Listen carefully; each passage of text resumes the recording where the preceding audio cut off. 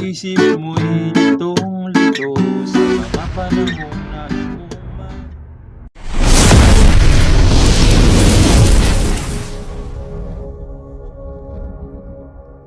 Hello mga ka-idol! So ngayon meron na naman ako sa inyo ituturong napakagandang kanta.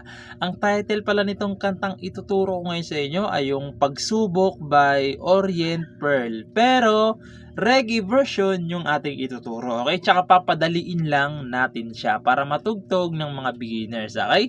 So napakadali lang naman ito sa buong kanta niya hanggang matapos na yung kanta. Instrumental, intro, instrumental, lahat na. Lahat ng chords is 4 lang. Okay? 4 na chords lang yung tatandaan nyo hanggang matapos na yung kanta, okay? So, dito muna tayo sa kanyang reggae pattern, okay? So, yung reggae pattern natin is yung lagi ko lang itinuturo sa mga nanonood dyan ng reggae natin. So, siguro alam naman natin kung paano tayo mag-bass, okay? So, yung bass natin is tatamaan lagi tong string, okay? Ganito siya. Ganon. Tapos, strum down. Tapos, tap sa string. Tapos, strum down ulit.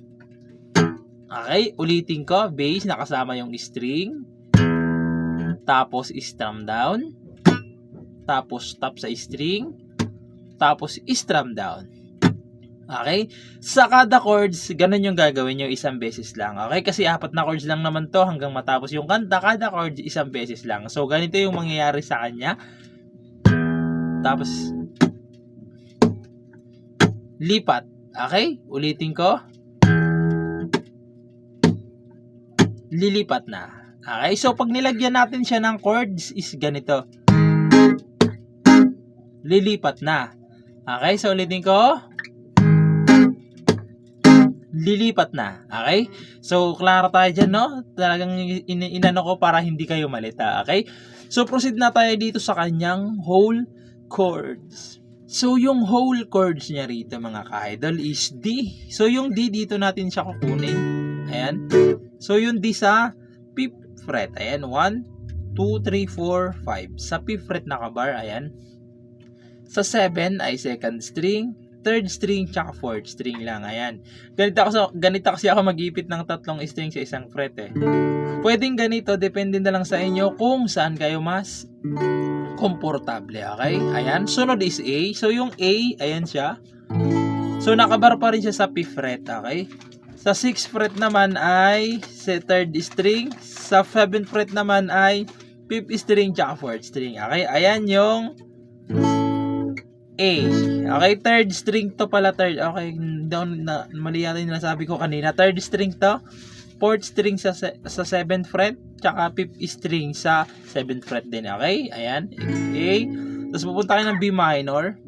So, yung B minor is dito natin kukunin. Yung B minor, nandito na siya sa 7th fret. 1, 2, 3, 4, 5, 6, 7. Sa 7th fret nakabar. Ayan.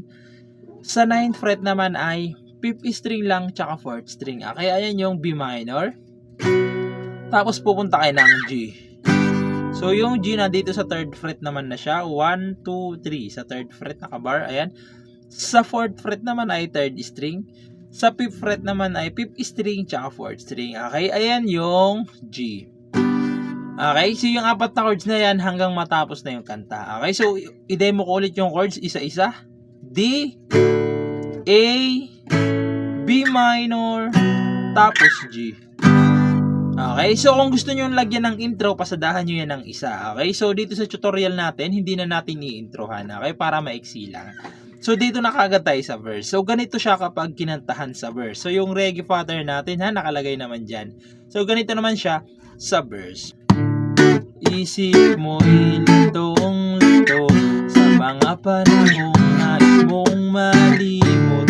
Bakit ba bumabalakid ang iyong mundong ginagalawan? Ang buhay ay sadyang ganyan, suliranin pigilan, itanim mo lang sa iyong puso, kaya mo yan. Tapos papasok yung chorus. So total same lang naman yung kanyang chorus. Dediretso na natin, okay? Dito ganito naman siya sa chorus. Pagkabigo, alinlangan, gumugulo sa isipan, Mga pagsubok lamang yan, huwag mong itigil ang laban, huwag mong suko at iyong labanan. Tapos papasok na naman yung kanyang mga verse. Okay, total 4 lang, ganun pa rin. Huwag mong isiping ikaw lamang ang may madilim na kabalaran. Ikaw ay hindi tatalikuran ng ating Ama na siyang lumikha. Okay, so ganun lang siya hanggang matapos na yung kanta. So 4 na chords lang yung tatandaan nyo hanggang matapos na, paulit-ulit na lang yan. Okay? So ayun lang, sa mga nagre-request dyan, pagpasensyahan nyo na talaga kasi na-busy nga tayo sa trabaho. So ayun lang, sana gusto nyo yung tutorial natin at good luck sa bago nyong matututunan.